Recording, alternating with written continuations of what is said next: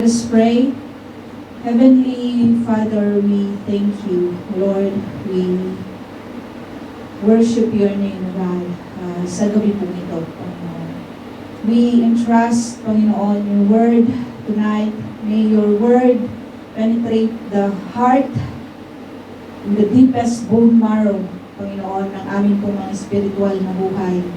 And even, Lord, we entrust to you nawa ang inyo pong mga salita ay gawin ang nais niya sa buhay ng bawat isa po sa amin. May your word, O God, encourage the heart, Panginoon, na nangihina sa gabi ito. May your word, O Lord, give hope to those who feel hopeless tonight, O God. May your word, O God, give the heart, Panginoon, na magpatuloy, Panginoon, na maglingkod po sa inyo. May your word, O God, give humble to the heart, Panginoon, na proud sa gabi ito. May your word, Panginoon, ay tunay na magbigay, Panginoon, ng kalakasan sa bawat isa po sa amin, Panginoon. At nawa, ang inyong pong gandang Espiritu, Panginoon, ay tunay na samahan po kami sa gabi nito. As we, Lord, see your word, Panginoon. Your word is so powerful, Panginoon, that can change lives, Panginoon. Kaya nga, Ama, itinataas po namin ang aming pong aaralin. Bless each and every one, God, na nawa, Panginoon, ay maging kalakasan po namin ang inyong pong mga salita. Thank you so much, Lord. In Jesus' name we pray. Amen. Tayo po mga kapatid ay magpapatuloy sa ating pong pag-aaral sa libro po ng Matthew. Nasa chapter 23 tayo at na-start natin last Saturday yung who's of those Pharisees. Nakita natin, na-explain sa atin kung paano tinuligsan ng Lord, ng ating Panginoong Jesucristo, ang mga Pariseo directly. Kasi lagi-lagi ang ginagamit po ng Lord, di po ba, ay mga situation, mga pangyayari. Ganun po yung ginagamit ng Lord in order for these people to be reminded, to be rebuked, yung mga Pariseo po na ito. At kung titignan natin, binilang ko sa another translation kasi meron siyang 8 na kahabag-habag. Pero dito sa Bible ko, 8 yung nabilang ko na kahabag-habag. Pero sa English na translation, meron lamang siyang 7. May pamagat pa doon sa Bible ko. NIV yata yun. Even yung binigay sa akin ni Pastora, 7 lang yung kanyang bilang. Pero sa Bible ko, meron siyang, yung sa chapter 14, meron doon kahabag-habag. Makikita natin dito, yung unang kahabag-habag na binanggit po sa atin ng ating Panginoon, yung pagtuturo, di ba? Yung pagtuturo na, yung mga tagapagturo ng kautusan, hinahadlangan nila, di ba? Yung mga tao, instead na hindi na sila pumapasok sa templo, hinahadlangan pa nila yung mga tao. Yung pangalawa, nakahabag-habag na sinabi po ng Lord patungkol sa mga Pariseo ay yung kanila pong doon sa mga biyuda. Diba? Yung mga biyuda at ginagawa nila, hinuhut-hutan yung mga biyudang ito. At yung pangatlo, mga kapatid, is yung nag-evangelize sila. Naghihimok sila ng mga tao na mag-join sa Judaism. At pinapahirapan nila yung mga tao po na ito na mahihimok po nila. It's a burden to these people, yung kanila pong pinagagawa sa mga Pariseo ito. At yung 1, 2, 3, 4, yung pang-apat ay itinuturo nila kung yung mga manunumpa di ba? Sinabi ng Lord na yung mga gamit, di ba, ang nagpapabanal noon ay hindi yung ang Lord. At nakita natin yung mga bagay po na ito. At the last na nakita natin na kahabag-habag, mga kapatid, na sinabi po ng Lord, kahabag-habag ang mga taong ito, na ganito, makikita kasi natin dito, God really incited the character of these people. The attitude of these people towards God, towards the living God, kung sino po sila. At ang nakakatuwa dito, yung word na kahabag-habag. Nahahabag po ang Lord sa kanila. ang Lord sa kanila, kaya nga sinabi ng Lord sa last part ng chapter 23 is that, Jerusalem, Jerusalem, di ba? Parang ako yung, inaakay ko yung inyong mga anak, na parang inangin, di ba, na manok, inaakay ko. Pero ayaw ninyo, these people, the character of these people, mga kapatid, they don't like to be corrected by the Lord Jesus Christ. They don't like to see their wrongdoings. Kung ano yung po yung kanila pong mga ginagawa sa mga kapanahunan po ng ating Panginoon. At nakakalungkot po yung bagay po na ito, they even give their tithes. Di ba? They are showing to people that they are giving their tithes and offering. Pero yung nakakaligtaan nila, yung pagbibigay nila ng pag-ibig at mercy sa ibang tao because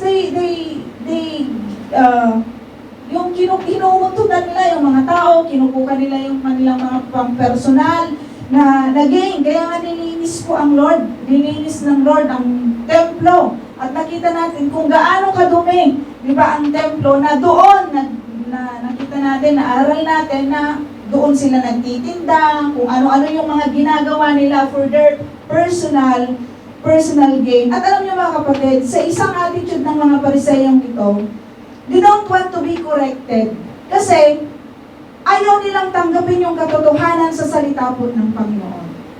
Those people, ang mga Pariseyong ito, mga kapatid, they don't want to accept that. They have this heart lang talaga na punong-puno, di ba, ng pride, punong-puno ng ayaw magpabago sa Panginoon. They think we learn last time na sila po ay mga matatalinong tao. Matatalino sila, marunong sila sa salita po ng Panginoon. But they just wanted to say what they want to say. Diba? Kung yung bagay po na iyon ay makaka-justify ng kanila pong ginagawa, yun lang ang kanilang sinasabi. But they don't share about the correction of what they are doing sa mga kapanahunan po na yan. Kasi sinabi ng Panginoon, kahabag-habag kayo. Kahabag-habag ang mga Pariseyong ito, mga kapatid. Kahabag-habag ang isang tao na ganito, di ba, yung ganyang buhay. Kaya nga tayo na mga mananampalataya, nahabag tayo, di ba, sa mga hindi mananampalataya, that they don't know what they are doing. They don't know what they are saying. They don't believe the Lord Jesus Christ because they don't like. They don't want to surrender their lives kasi nga ayaw nila. Kasi matatouch yung kanila pong mga ginagawa na hindi po maganda. Kagaya po ng mga Pariseyong, they don't want to believe the Lord Jesus Christ. They don't want to believe the word of the Lord Jesus Christ, the teaching of the Lord Jesus Christ. Why? Kasi matatouch yung kanila pong mga masasamang mga ginagawa. Kaya nga sabi ng Lord, di ba, kayo na mga snakes and brood of vipers. Yun po ang sabi ng Lord sa mga tao po na ito. At ang nakakatuwa doon, nakakaawa kayo. Di ba, nakakaawa lang talaga yung mga tao po na ganito po yung kanila pong mga ginagawa. Na makikita natin dito, mga kapatid, that there is still compassion of the Lord Jesus Christ saying to these people na naaawa siya. Kahabag-habag kayong mga tagapagturo ng kautusan. Nakakaawa kayo mga Pariseyo na ganito yung inyong mga ginagawa sa mga tao, sa inyong mga sarili, sa inyong pagtuturo, na hindi nyo ginagawa, di ba, yung salita ng Panginoon. You are a corrupt people, corrupt na mga Pariseyo sa mga panahunan po nila. Mapagkunwari. Kung titignan natin, yung word na mapagkunwari, ang dami-dami, sinabi 8 words ng hypocrites, mga hipokrito. Sabi yung isa is yung inad ko lang kay naging 8 kasi yung last na sinabi na pagkukunwari, root word ay mapagkunwari. Ganyan kayo, sabi niya sa paningin ng tao, gustong-gusto ninyo na kayo ay mataas, kayo yung tinitignan, di ba? Pero mapagkunwari kayo. Alam niyo mga kapatid, na itong mga Pariseyong ito, punong-puno po sila ng pagkukunwari. Punong-puno sila ng pagkukunwari sa kanila pong mga tinuturuan, sa kanila pong mga kinakasama inside the temple. Hindi po makikita yung totoo sa kanila. And sometimes, di ba, sa atin, there is also something in us that we don't show anything to others. Minsan, minsan sa ating buhay, di ba, merong mga hypocrite event ng ating pong buhay. Ano mga kapatid, there is no righteous kasi sa atin. You know what's make us righteous lang talaga? The work of God. The work of the Lord Jesus Christ in us. Only the Lord Jesus Christ make us righteous. Make us good sa atin pong mga buhay. Wala, hindi natin kayang maging righteous eh. Diba? God wants to show these Pharisees, these people, that you cannot be able to be righteous. Diba? You cannot be able, like what you are showing to people, na nagiging hipokrito kayo sa harapan ng tao, you cannot be righteous, di ba? Kung wala ang Diyos po sa kanila, kung hindi nila susundin, di ba, yung sinasabi po ng Panginoon sa kanila, hindi po sila magiging righteous. And one thing, natitignan sana ng mga Pariseo ito kung talagang nag-aaral po sila ng kautusan, that they are see this man, di ba? Jesus Christ, the God, the Son of God, na sinend out po ng ating Panginoong Diyos, Diyos Ama, for them to be saved. But kaya nga sabi ni Jesus, di ba, na umiyak siya when he see the city of Jerusalem, na bumisita ang Diyos pero hindi niyo siya nakilala. Sabi niya doon sa kanya pong pag-iyak. Kasi nahabag ang Lord sa city of Jerusalem. It always reminds me that when we go to Jerusalem, nare-remind lagi sa akin yun. Kasi until this day, mga kapatid, until this day, di ba, marami pa rin mga bulag na Hudyo sa kanila pong mga paniniwala patungkol sa Messiah. And we are continuously praying for them. At sa atin, na mga mananampalataya, mga kapatid, makikita natin in our heart, in the deepest of our heart, na nawa, kung meron man, di ba, meron man mga ganitong mga bagay sa ating pong buhay, laging ipinapaalala sa atin ng Lord na kahabag-habag kasi yung ugali, di ba, na mga ganon, yung mga ganitong character, attitude ng isang tao, nakahabag-habag siya sa harapan ng Panginoon. But the good thing, we Christians, mga kapatid, sa mga kapanahunan na tayo po ay nagiging hypocrite sa harapan ng Lord. Kasi minsan we justify We justify our mistakes. We justify our sin. Diba? We quote something in the scripture just to justify sometimes yung atin pong mga ginagawang kasalanan. But it's not too late to come to the Father and ask forgiveness. Kasi ang Diyos nakakabag. Full of compassion ang atin pong Panginoon na handa na magpatawad sa lahat ng ating mga kahipokritoan sa ating buhay, sa lahat ng ating mga pride sa ating pong buhay, kasi we are not righteous. The only make us righteous is the Lord Jesus Christ. Kapatid. What makes you and me righteous? Only the Lord Jesus Christ. Kapatid, sa ating pong mga buhay, mga bulag. Nakita natin ito, kayong mga bulag, inaakay ninyo yung mga tao, kasi they are spiritually, ang mga Pariseo po na ito, mga kapatid, they are blind, really blind sa salita po ng Panginoon. They don't want to open their eyes. They are blind, kaya nga, kung ikaw ay bulag, akayin mo, edi, maakay mo din, ay talagang masushoot kayo, di ba, sa butas. Kaya nga mga bulag, di ba, na taga-akay, blind guide, tapos blind. Yun yung nakikita natin dito sa chapter 22 from 13 hanggang matapos natin. Pero sabi ni Pastor, hanggang 36 lang daw po ako.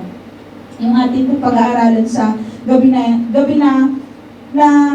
ito.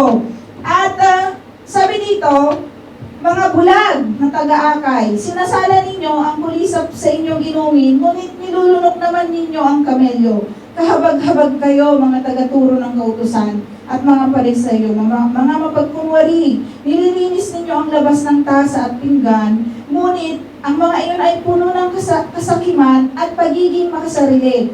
Bulag na Pariseo, linisin mo muna ang nasa loob ng tasa at pinggan, at magiging malinis din ang labas nito. So, they are just showing outwardly, mga kapatid, na maayos sila, parang walang dumi, pero sa loob po ng mga tao po na ito, punong-puno po sila ng kasakiman at makasarili, di ba, na mga puso ang meron po ang mga Pariseo nito. And God directly show them, God directly throw the word to them, na kayong mga bulag.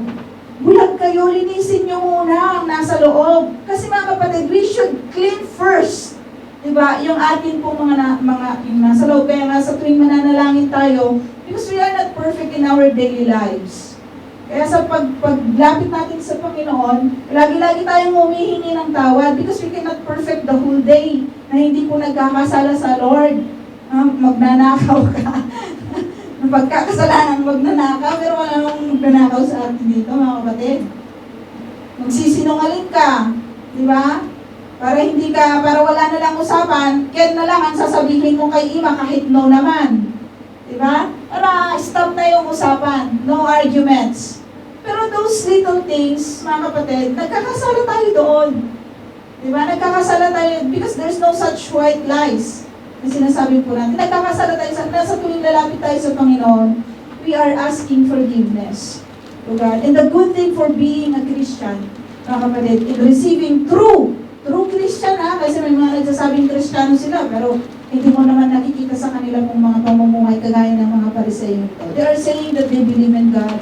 They are saying that they are teaching about the law of Moses, but we cannot see in their lives sa mga Pariseo po na ito. At ang sagot ng Panginoon sa kahabag-habag ang mangyayari sa inyong buhay. Because at the end of time, God will see to us, God will show yung pupuntahan ng mga tao po na ito.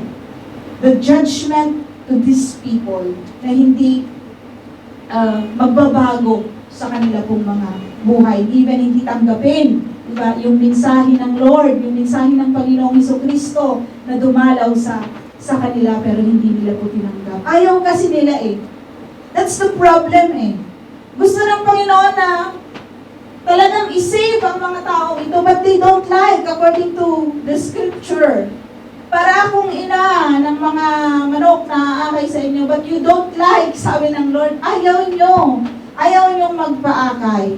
Now mga kapatid, sa mga kapanahon na inaakay tayo ng Lord, mga panahon na may mga pagkakataon sa buhay natin that we are on the wrong side of lives as a Christian. Nawa sa mga panahon na kain tayo ng Lord, huwag sanang sabihin ng ayaw mo eh. Nawa, willing tayo, di ba, na magpaakay po sa Panginoon. Minsan kasi, di ba, kagaya ng ina, talagang yung, alam niyo yung inahing manok, di ba? In the thunder of life, in everything na, kahit yung kakain lang sila, ganun lang yung nanay, di ba? Talagang igaganon ng nanay yung kung aaligid-aligid yung mga ibang tao dyan, talagang gaganon yung mag-spread yung di ba, yung pakpak ng manok, to protect, di ba, yung mga sisiw niya. Pero ang mga Pariseo nito, ayaw nilang maprotektahan. They don't know because they are blind. They are blind sa mga kanilang mga personal, di ba, na mga gustong gawin sa kanila pong bagang buhay. Kasi threat sa kanila ang ating Panginoong Jesucristo. It's a threat for them. It's a threat doon sa kanilang mga ginagawa sa buhay. At kahabag-habag kayo, mga tagapagturo ng kautusan, at mga Pariseo, mga mapagkunwari. So, God is telling them, you are hypocrite. Hindi tama yung ginagawa nyo. Di ba? You are hypocrite. At katulad ninyo ay mga libingang pinapaputi, magaganda sa labas, ngunit ang loob ay bulok at puno ng kalansay. Ganyan kayo. Sa paningin ng tao ay mabubuti, ngunit ang totoo ay punong-puno kayo ng pagkukunwari at kasamaan. This is the character of these people, mga kapatid. This is the character of these people na parang katulad sila, di ba, sa atin kapag piyesta ng mga patay. Ang ganda-ganda ng mga pansyon. Alam mo yung pansyon, mga kapatid? At ganun kasi ang tawag namin sa Ilocano. Ano ba sa Tagalog yun? Puntod. Yung mga puntod, di ba? Talagang ginagawan pa ng mga bahay, pinipinturahan. Pero kung puhukay bubuhayin mo doon, kalansay lang ang meron doon. Di ba? Nabulok na laman ng tao, mga uod, kapag hindi pa naaagnas. Di ba? Yun lang ang laman ng mga puntod na iyon. And God compared these people to them. Ganon kabulok yung kanila pong mga ugali. Ganon kabulok yung kanila pong mga character ng mga Pariseo po na ito. Ganyan kayo. Katulad kayo ng isang puntod na napakaganda sa labas, marmol, minsan dinalagyan pa ng kung ano-anong mga palamuti, di ba? Pero sa loob nun, kayo yung mga nabubulok, naagnas, at mga kalansay. Ganyan kayo, sabi ng Panginoon, sa kanilang mga pag-uugali. Maganda lang kayo sa harap ng maraming tao. Mabubuti kayo. Kasi nga, di ba, nangaakay sila according to God, di ba? The Lord Jesus Christ. Nangaakay din sila, nanghihikayat sila to those people na mag-join sa kanila pong belief. Wala namang masama doon kung talagang susundin nila yung salita ng Lord. Kasi that's the word of God according to the Lord. Yung law ni Moses, di ba, na sinasabi po nila. Pero alam niyo mga kapatid, punong-puno sila Punong-puno lang talaga sila ng pagkukunwari at kasamaan. They are not doing their calling on the will of God. They are doing their calling, di ba, yung kanilang pagkatawag for their personal gain. Yung mga Pariseo po na ito. Kaya nga sabi ng Lord, mapagkunwari kayo. Hindi kayo totoo. Kaya nakakatakot mga kapatid, isa itong paalala sa bawat isa po sa atin na marami sa mga kapanahonang ito ang nagkalat na mga katulad po ng mga Pariseo ito. They are telling that they are teaching the Word of God. They are telling that they are really the sent out or the minister of the Lord. Pero nakita natin, di ba, na ituro sa atin nung nakaraang Sabado, na ito yung titignan natin. Ano ba yung kanilang mga tinituro? Ano ba yung sinasabi ng kanilang mga ginagawa? Ano ba yung result ng kanilang pong mga ginagawa sa kanilang pong sinasabi? Is it aligned to their lives? Kasi kung hindi mga kapatid, katulad po sila ng mga Pariseo na sinasabi ng Lord mga pagkunwari. Kahabag-habag yung mga tao po nito. Kaya nga, be reminded, mga kapatid, in even listening sa mga YouTube, mga Facebook, yan yung palagi kong pinapaalala sa mami ko eh. Kasi she's so addicted sa Facebook. Diba makikita niya, anak ko, bibilihin niya, ay peke pala, sabi niya, akala ko magandang panglinis ng CR. Yung cube na galing, baka kasi hindi galing sa Japan, kaya in-order niya, yung galing sa Japan daw. Ako, iba pa din. Wala pa din resulta yung kanya. Kaya ang bagsak niya, yung alam mo yung sa Pilipinas may powder na Clorox. Yun lang, binagsakan ng gumastos siya ang dami-daming pera, yung tag-2 lang na o tag-5 na Clorox lang palang kailangan ng CR niya. Di ba? At minsan, mag-ingat tayo, mga kapatid, sa mga bagay na ito. If you don't know the person, I'd rather to stay reading my Bible. Diba? I'd rather stay in the fellowship. I'd rather stay in the Bible study, in this fellowship. Rather, di ba, yung makikinig ka, hindi ko po pinagbabawalan ng bawat isa na, kasi may mga totoo na they are using the technology in spreading the word of God. But if you are not so sure, mga kapatid, nasa naman yun, manalangin tayo sa Panginoon and God will show us the people. Kasi makikita mo din sa kanilang pananalita, mga kapatid, yung mga totoo na mga tao in sharing the word of God.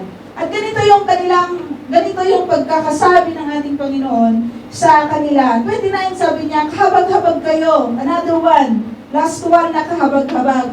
Sabi niya, mga tagapagturo ng kautusan at mga Pariseo, mga pagkunwari, nagpapagawa kayo ng libingan para sa mga propeta at pinapaganda ang mga puntod ng mga taong namuhay ng matuwid.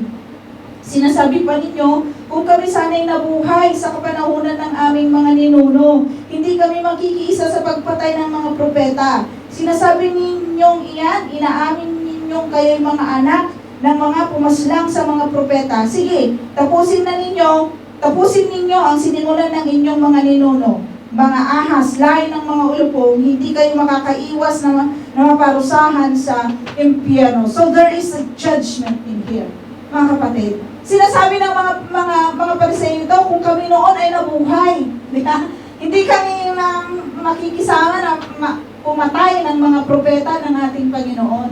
So they are accepting, sabi niya natin, talagang ina-accept niya lang talaga ng inyong mga ninuno ay pinapapatay ang mga propeta ng Diyos. At marami, di ba? Marami sa propeta ng ating Panginoon, yung pinapag-aralan natin sa Kings, di ba? Yung si Elijah at sa mga propetang pinapatay ni Jezebel. So is Ahab, di ba? Siya po ay hari ng Israel. Mga ninuno ng mga tao pong ito na nagpapapatay, di ba, sa mga propeta, tinatanggap nila, inaamin nila sa kanila pong mga sarili ng kanilang mga ninuno ay pinapapatay. Di ba? Yung anong ginawa nila kay John the Baptist? Di ba? Dahil lang sa sayaw ng isang dalagita, pinapatay po nila, isinerve nila yung ulo ni John the Baptist. This is what they are doing. Diba? Sa mga threat, yung mga tao po na ito ay minomurder nila for their personal gain. Kinulong pa nila itong si John. Di ba si John the Baptist? At tapusin ninyo, sinimulan ng inyong mga ninong sa amin ng Lord. Ang masakit pa dito, mga ahas, sabi po ng Lord. Lahi ng mga ulupong, hindi kayo makakaiwas na maparusahan sa impyerno. This is, mga kapatid, this is an assurance for you and me. Diba? For those people who feel persecuted, diba, sa buhay natin, sa paglakad natin bilang mga mananampalataya, God is not tumak, mga kapatid. Kasi, ang kahahantungan ng mga taong ito, katulad ng ating mga ginawa, na ganito yung kanilang mga ginagawa sa kanila pong mga kapwa. Kung naranasan nyo man yung mga bagay po na ito, na katulad ng mga ginagawa ng mga Pariseo sa mga kapanahunan nila, naranasan mo na iganituhin ka, di ba, ng mga tao, one thing na makikita natin dito, na magbibigay sa atin ng assurance, magbibigay sa atin, maglilift ng soul natin, mga kapatid, that these people, sabi ng Lord, mapaparusahan sa impyerno. Yun kasi ang kagandahan, kasi may kaparusahan sa mga tao, mga kapatid, na hindi nakikinig sa Panginoon, hindi tumatanggap sa Panginoon, lagi nilang minamak yung Diyos na pinagsisilbihan po natin. Kahabag-habag yung mga tao po na gano'n. But what we cannot do anything about that, mga kapatid. We can just pray, di ba? We can only pray for those people. Pero sa mga panahon na nagpo-persecute tayo sa atin pong pananampalataya, ewan ko kung may mga na-persecute na sa inyo na talagang na-persecute na kagaya ni Pablo. Wala pa naman. Pero may mga persecution. Iba-iba tayo ng mga persecution sa buhay. Pero ang magpapakalma sa atin, mga kapatid, may kaparusahan na naghihintay sa mga tao po na ito. Hindi makakaligtas, sabi ng Lord. Hindi kayo makakaligtas sa kaparusahan ng impyerno. So meaning to say, mga kapatid, ang mga tao po na ito ay may pupuntahan. Di ba? Sa mga buhay po natin. Kaya nga, just accept the persecution. Just accept the persecution of people around us and continue to do the will of God. And this is an encouragement to you and me, mga kapatid, na kahit nangihina tayo minsan sa ating pong mga buhay because of people around us who mock the Lord, the God that we serve, who questioned our faith, who questioned the things that we are doing because of the Lord, be great, mga kapatid. Be joyful in your heart. mga kapatid, because there is an answer that God will give to these people.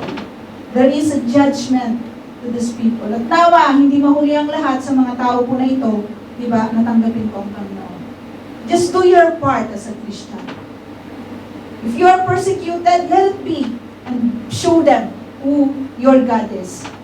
Like Elijah, hindi man natin mapapabagsak ang apoy mula sa langit, pero maipapakita natin kung sino yung Diyos na pinagsisilbihan po natin sa atin pong mga buhay. Kaya nga, sabi ng Lord, kaya nga magsusugo ako sa inyo ng mga propeta, mga matatalinong tao at mga tagapagturo. Papatayin ninyo ang ilan sa kanila at ang iba'y ipapako sa krus, ang iba'y hahagupitin ninyo sa inyong mga sinagoga at uusingin sa bayan-bayan. Kaya nga, paparusahan kayo dahil sa pagkamatay ng lahat ng taong pinatay na walang sala, magmula kay Abel hanggang kay Zacarias na anak ni Barakias. Pinaslang ninyo si Zacarias sa pagitan ng templo at ng damba ng sunugan ng mga handog. Tandaan ninyo, ang parusa sa lahat ng mga pagpatay na iyon ay babagsak sa salisaling lahing ito. Nakakalungkot mga kapatid, that there is judgment upon to these people. And this is a warning that God gave to these people, but these people doesn't listen. Kasi nga, ayaw niyo. Sabi ng Lord. Para akong manok, di ba, na isang inahing manok na inaakay kayo, Jerusalem, Jerusalem. Pero ayaw nyo eh. Kayo yung may ayaw. Kaya pala sa atin pong paglilingkod sa Panginoon mga kapatid, it's a matter of choice. Kung ayaw mo talaga, ayaw mo talaga. Pero kung gusto mo, gusto mo. If we are willing to do the will of God, mga kapatid, gusto mo, gagawin ng Diyos na gusto mo. Diba? Pero kung sinasabi mo na ayaw mo, kagaya ng mga Pariseyong ito, ayaw nilang magpaakay sa Panginoon eh. They don't like to be in the wings of God, mga kapatid. Pero sa atin, I will encourage you, mga kapatid, na sundin po natin ang Lord. Magpaakay po tayo sa Panginoon. Gawin po natin ang nais po ng Panginoon sa buhay po natin. You can do that. Because Paul did those things. Me, you, and among us. Nagawa naman ng mga bawat isa, mga kapatid. You also, mga kapatid, kayang-kaya natin gawin ang bagay na para sa Panginoon because God will make a way. Kasi minsan, hindi natin nakikita yung way na nais ng Lord because we doesn't like to try. Diba? We don't like to try eh. Yung will po ng Lord, we don't want to step up. Kung ano ba yung nais ng Lord sa buhay po natin, kung ano yung will ng Lord sa atin, kung paano ba tayo akayin ng Lord and doing His will sa atin pong mga buhay. Mga kapatid, huwag tayong maging kagaya ng mga Pariseo na sasabihin, kahabag-habag ka naman anak, at hindi mo ginagawa ang nais ko. There will always be a will of God sa atin pong buhay. If we decided, mga kapatid, na maglingkod, gawin ang nais po ng Diyos sa ating pong mga buhay. And the Romans, gusto kong i-share yun eh. Yung binasa kanina ni Sister Ems. And I wanted to share all the chapter 12. Na magiging kalakasan mo at ako in doing the will of God. Mga kapatid, just stand on the will of God and let God do. Diba? Sa buhay po natin. God will make a way. Sa pagsunod mo sa Kanya, sa pagsunod natin sa Kanya, mga kapatid, wala sanang mahirap.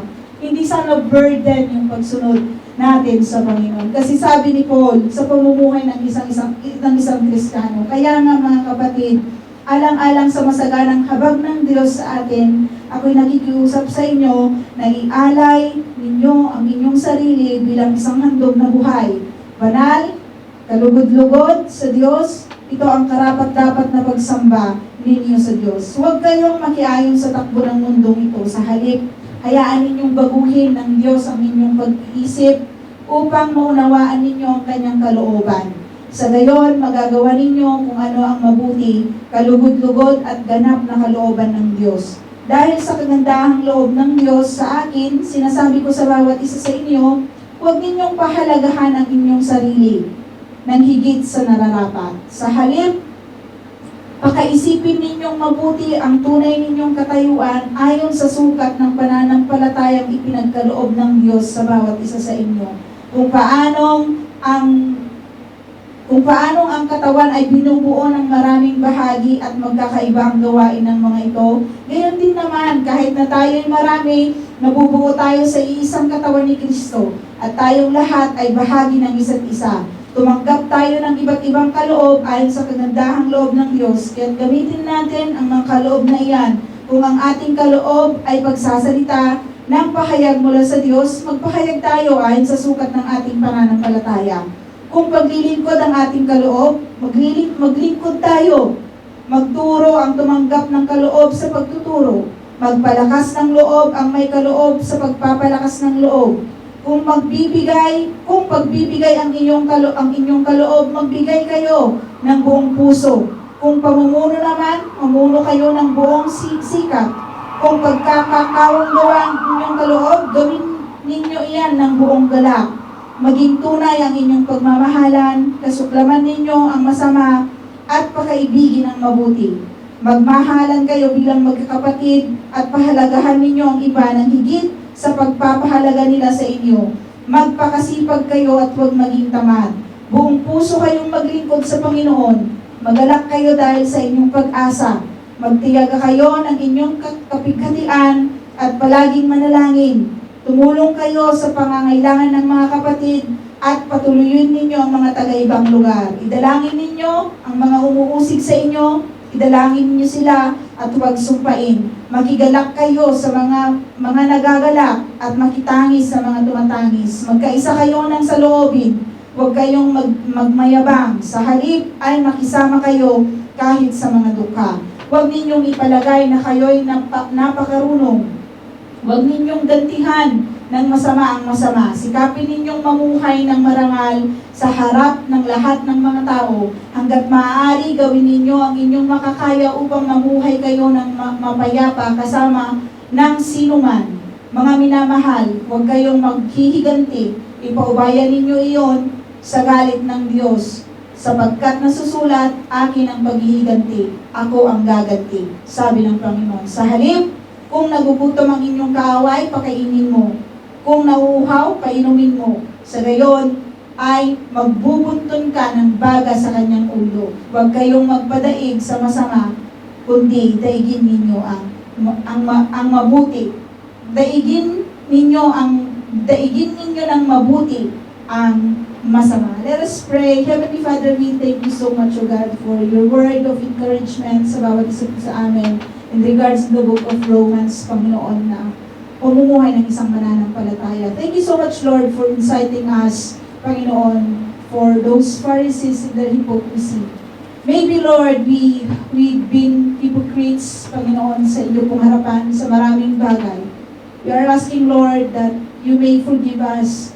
We are asking, Lord, that you may enlighten us, Panginoon, that we really live like you, O God, the Lord Jesus Christ, O God. As you said, Panginoon, na sinabi po ni Pablo, O God, na kami po ay mamuhay, Panginoon, ng tapat, banal, Panginoon, dahil ito po ang nakakaaya-aya sa inyo pong harapan. Ikinukumit po namin ang aming pong mga buhay, Panginoon. Nawa, magawa namin ito, Panginoon. Tulungan niyo po kami, O God, palakasin mo ang aming pananampalataya, palakasin mo po, Panginoon, ang aming pong mga buhay, O God. And even, Lord, for your protection sa aming pong mga ginagawa, ini-entrust po namin ito, Panginoon. Lagi-lagi mo nawang ipaalala sa amin ang inyong pong mga salita sa mga panahon na kami po ay nangihina, Panginoon, sa aming pong mga buhay, pananampalataya, Lord. Maraming salamat that you are continuously reminding us, Panginoon, through your word, Panginoon, na wow, Lord, bigyan niyo po kami ng pananabik, Panginoon, na matuto pa sa inyong pong mga salita. Bigyan niyo po kami ng puso na